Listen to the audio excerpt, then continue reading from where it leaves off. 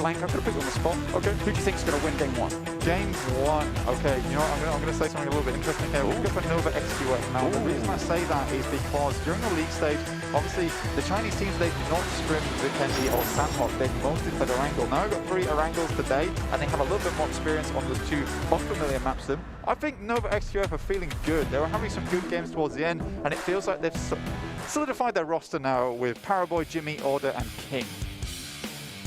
We are up into the skies. Game one is underway, Blank. The plane path from Stalba down to the western edge of Sosnovka military base. And already we've got players dropping out. That's the Abrupt Slayers already out over Kamishki.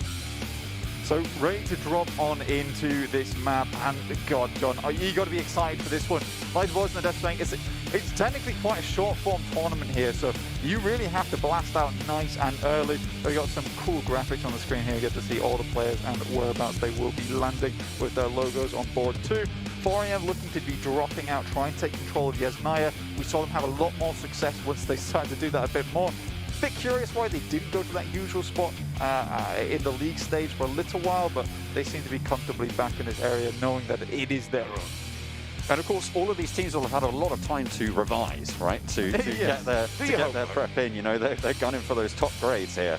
So, are we going to see any adaptations? It looks like things are sort of settling back into the way of how we saw it happen in those league stages, but we'll have to wait and see just where everyone does drop. Looks like Airwolf Limax footballers heading to that military island, Class Digital Athletics heading out a little bit to the west of that western bridge onto the main island. Yeah, honestly, it feels like most teams have a general spot that they would like to take control of. Sosnovka, very standard. You've got footballers over in Nova, Airwolf dropping directly onto the military base itself, RQ taking control over here in Pachinki. So, day one, match one, the final begins here. And it will end in 4 days, and we will crown a victor. There we go. RRQ, they've dropped down right into the middle of things. 4 AM over in Yasnaya. So RRQ, like you say, just playing it chill for the time being. 4 AM obviously over in that Yasnaya position. It's going to be a little bit more difficult for them to actually make it into the circle here. They will have to battering ram their way through a fair few teams coming into this one. Secret Jin and Team Secret, the sister teams here. Obviously, Secret Jin taking a little bit more precedent here than Team Secret proper. They managed to take that 6th place in the league stage, doing fantastically well towards the end. Abrupt Slayers, a little bit more off the radar, and they're playing it chilled out down towards Gatka, hiding out in the fields. They had some better games towards the end. We were talking with Leon, in fact, asking him, well, what needs to be changed here? And he was saying, look, we just need to be a bit more aggressive. Once we get the momentum on board, things are fine. Look, you only have 4 days here. You don't have 4 weeks to try and get something going. The engine needs to be started. It needs to be started now. Absolutely. Na'Vi, they dropped out early. They grabbed vehicles. They like to drop into North George. That's their stomping ground, as it has been over the last couple of months, certainly. They're going to be able to split there, and with the circle the way it is, they'll be okay. They should think about where they're going to be rotating, most likely to the compound in the foothills of Everest, just on the eastern edge, on that northern side. They're probably going to be looking to control that sort of area of the map moving forwards. It just depends on how fast they can loot, and will someone get there first? Like you say, that part of the map, extremely important in terms of scouting potential and just purely positional advantage, right? It gives you so much availability of cover and able to get out of a fight very quickly, because you can quickly put a block between yourselves. Looks like Gonzo might be in a spot of bother right now. Wow. Sat outside right next to Zeus. Have they spotted him? I'm not entirely sure they have just yet. He's in an odd spot, that's for sure. I mean, Gonzo has been one of the major players from Canina Power. Ooh, he's just biding his time. The rest of his squad not quite nearby. I think they've spotted out certainly another team. I'm not sure which team. I think they might be looking at Bigatron there, just to the southwestern side of them. They're currently holed up just to the southwestern edge. Oh no, he's caught Agley. Will get the knock, will get the knock. Goes for Icy, gets 2. Looks for another one, hits the drop shot. Godless, you need to find it. Finally able to shut him down, but at the cost of a player, at the cost of a knock. It is first blood drawn. Goes over to Canina Power, but it's echoed by Zeus. Goodness me, you thought there was a moment there where Gonzo gets the 3rd. Godless was completely disorientated in that moment. Walking forward, was like, what's happening? My team's dying around me. And it was just one singular player in Gonzo. This guy has some absolute chops on the guy. The rest of Canina Power, however, they weren't with him. The IGL of the team now takes a back seat and can now almost pull out the puppet strings and see where the rest of the team would like to go going forward. But right now, they will have to slip underneath Bigatron, not a team that you really want to trifle with too early on the game, especially with only 3 players remaining. RRQ, they've exited Pachinki and they're scoping out towards Alpha 7, who are a little bit further west of them in the hills, around that central settlement of the map that we all know and love. A couple of shots being popped off. I think that might be towards Clash Digital Athletics at that range, all the way down on that southwestern side. Yet to cross the bridge from that military island, got Aerowolf, Limax, Footballist as well, all the way over in Novo. So they're going to have to make a move pretty soon. Otherwise, they will be crunched in by that circle. That's Nova XQF actually being spotted out by RRQ there. Paraboy takes a knee. King sailing in across the fields. Tries to pop the sail, get there a little bit faster, but just... oh, dear. He's like, Paraboy, you may think I'm coming to pick you up. I am, in fact, just saying goodbye. He might be trying to get another off angle to suppress fire and get the rest of the team back in, so dropping the smoke down on Paraboy. They do have a little bit of time to play with. It's first knock. He'll be okay for now. Yeah. Also, because it's the first circle, a lot of teams actually have to rotate through one another to get to this place, which gives ample time for Nova XQF to try and do something about the situation. It is unfortunately fairly dire, and most likely not going to come to bear. Jimmy takes one shot from the DP, but he is now engaging the rest. Oh, Jimmy. Oh. Looks to get him up. I think he's going to be able to stick it. They're both alive, but for how much longer? Suppression continues to come through from RRQ. More smokes being dropped to try and keep them safe. They have a UAS to use as cover. They could potentially just drop that down, and another player from Nova XQF into the rescue. They grab them all and get away, but will they be able to make it for the hills? G9 not going to be spraying down the UAS this time. And with a little bit less pride, Nova XQF survive all 4 of them. Well, I know. I mean, they've surprisingly got away with that one. Nova XQF performed a bit of a saving private Paraboy there. We're able to get him out, some beautiful smokes. And honestly, I think the majority of that play came through from King. That off angle provided a lot of time, forced G9 into a bit of an awkward position, which meant that he was shooting the DP from quite a large range. Sends in Jimmy. G9 can't peek out too wide for fear of King within the forests, and they're able to make it happen. And now they have a very central position within the circle and a nice compound that they scouted out earlier, which Order is currently holding down. Regrouped back into the midst of it. Footballists, they're making their cross. They move to the western bridge to contest, actually, with Aerowolf Limax on the opposite side. Pepper potting their way up, Solkate as the vanguard to try and get across here.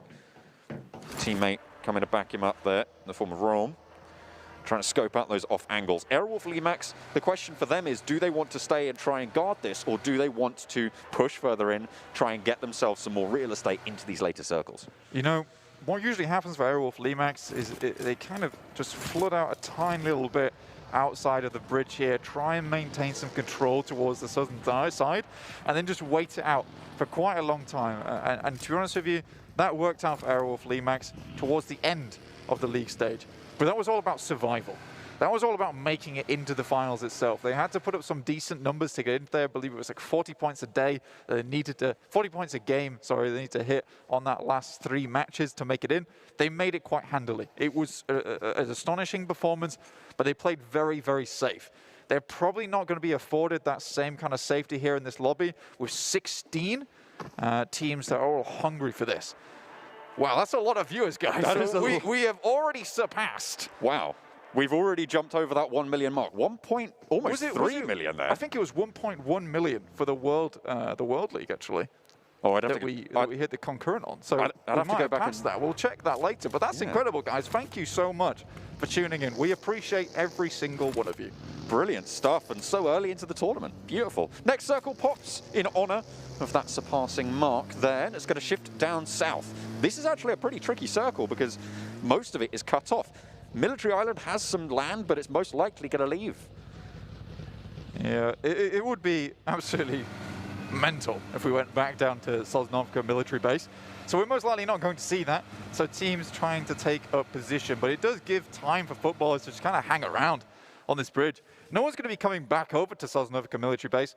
That would be ridiculous. So footballers can kind of just watch the action unfold as we see Zuxi take some shots down towards RRQ, who are on the low ground right now. Zuxi heads to the other side, tries to apply a bit more pressure. Ernie takes another clip there. Origami Master Zuxi unfolds things how he likes.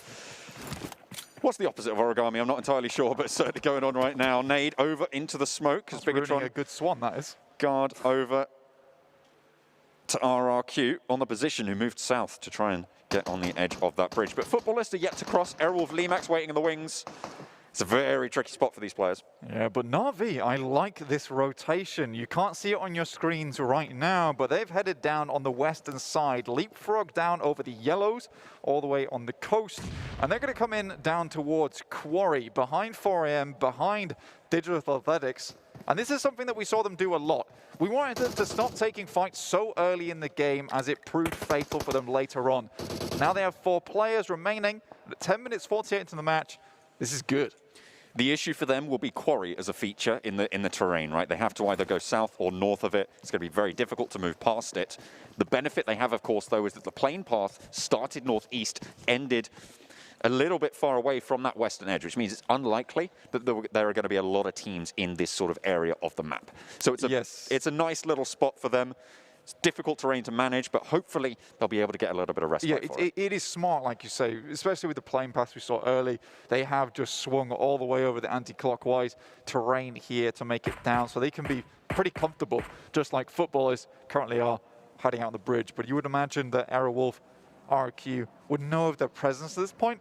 They're far too busy with the other teams that are surrounding them within this circle. We've got Abrupt Slayers on our screen right now, just holding down a compound. They have a fair few vehicles for themselves, 4 in total, with all wheels still on board, keeping them very safe behind this building for the time being. Everyone now moved central. They've made that shift. Only 2 casualties so far, almost 12 minutes into this first game blank, and that was that initial combat between Gonzo in the compound with Zeus. Yes. Able to strike out towards the gods. But with Gonzo himself. He's Gonzo, mate. He is Gonzo. He took a couple down with him, though. Fantastic stuff from him. A little bit of damage, but will they be paying the price here for it, right? Because they're on the eastern side. They might find it tricky to move on through. Zeus at the moment still being guarded out. Kanina Power. They've moved somewhere. They're up top. They've gone for a big rotation. They actually haven't gone for a massive rotation. They've come from Milta towards Pachinki and just headed down from school side. I don't mind this too much, mainly they've come this way because of the hills that are available to them. Next circle pops. Head pretty hard down to the southwest here towards Quarry, that feature you mentioned early. And Nova XUF, they are on the move. They'll be crashing directly into Class Digital Athletics. Okay, it looks like Ray-Z gets first strike, but the bullets are thick and fast, back straight at him. Jimmy behind the corner, low HP. Silas. One knock traded off. Selim on the off angle. Solus, Silas, all moving in. Beautifully orchestrated for Class Digital Athletics right now, as 2 players from Nova XQF have dropped for the cost of 1. Ray-Z low, down on bended knee. Selim up into the window to go for the res. Jimmy getting flushed. 3 players from Nova XQF are down. Only 1 remains. And it's unlikely that they're going to be able to get the res here. It is a wild crash here, but you can understand why Nova SQF did it. They had to get into position. Unfortunately for them, Clans Digital Athletics are already here with the 3 players with S's in their name, and it's a triple S performance from them to hold down this compound. And now King has to leave. Can King Cobra start to snake it out later on this game? We'll find out if Silas can hit these shots. Oh, the spray, half HP for King. Reload comes through. The rest of Class Digital Athletics continue. The suppression, and there's so few ways for him to be able to get away from this. It's disaster for King, but he is still alive. We'll see how much further they can go. The circle with the shift southwest. Na'Vi circle, anyone? Let's take a look up at the northeastern edge. At the moment, you've got Alpha 7, you've got Team Secret, you've got Zeus, Kanina Power, all moving. Yeah, Bigatron also have to come through. They know the position of RRQ. Footballers have made their way across the bridge now. This is important for them. There's a fight currently going down. Airwolf and Power 888. This is the wall that Power 888 need to bust through at the moment if they want to make their way into this circle. Oh. Gooey goes down there to a spray. Close up is Corpai as well, who's on bended knee. TTT will fall, and now it's just ice left in the back lines for Power 888. Reduced to 1, and I have to try and strike out further. Them and Nova XQF now on their last legs. Potato on the prowl.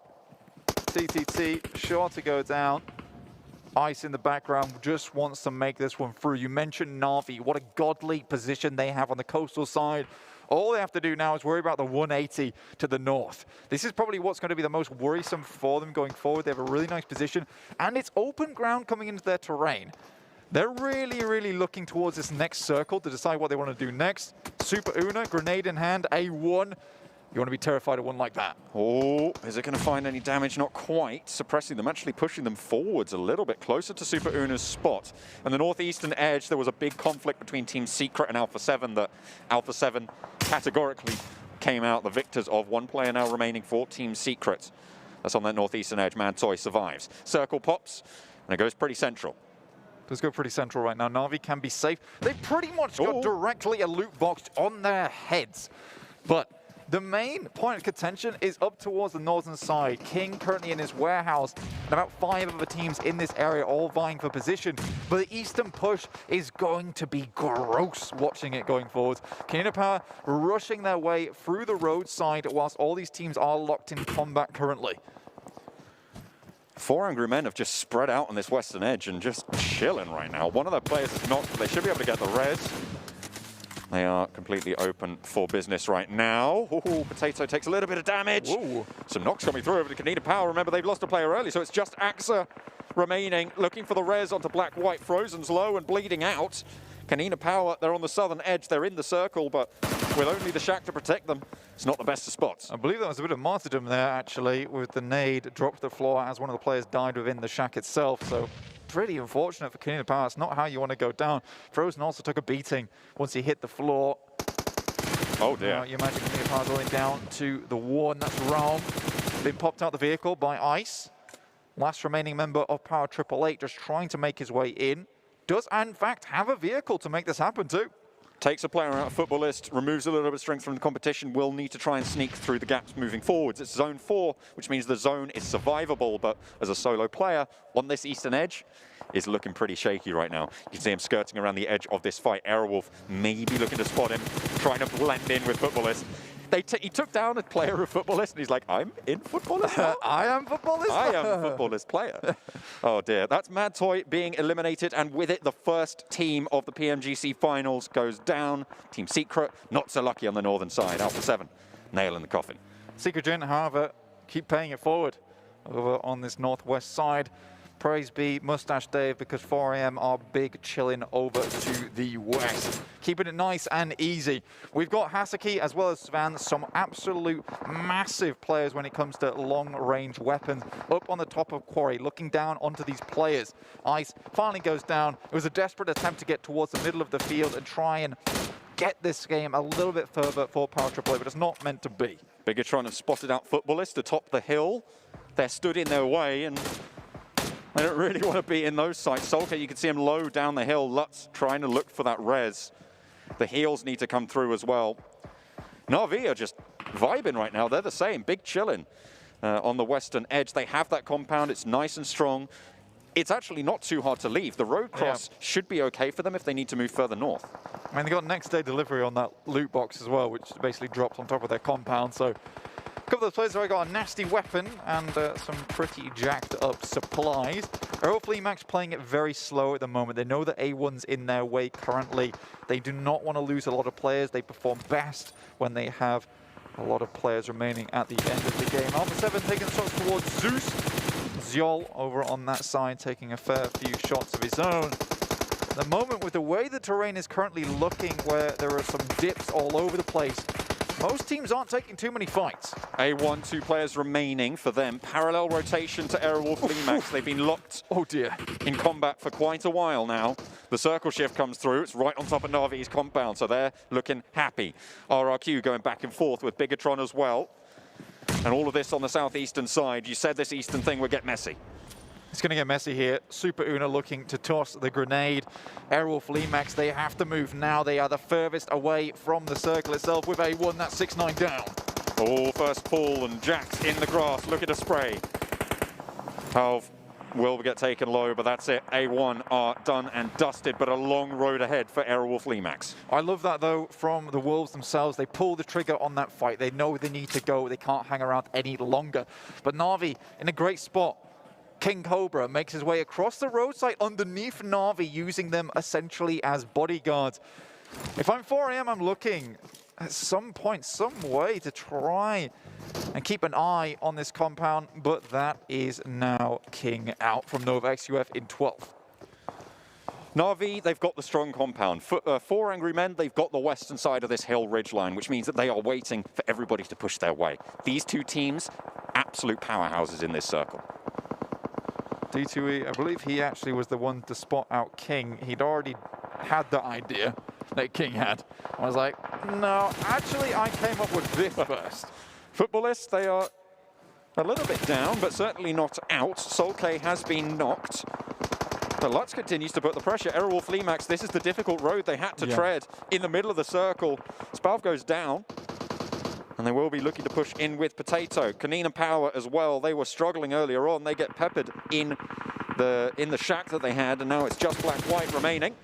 Out in the blue as well, getting pushed on in its zone 5, so it will start to hurt. Yeah, you start to hear the percussion of the battlefield as we come to a crescendo here in the circles. Most teams having to push into this one. Abrupt Slayers finally move away from that compound that kept them covered on the west side from the ridge.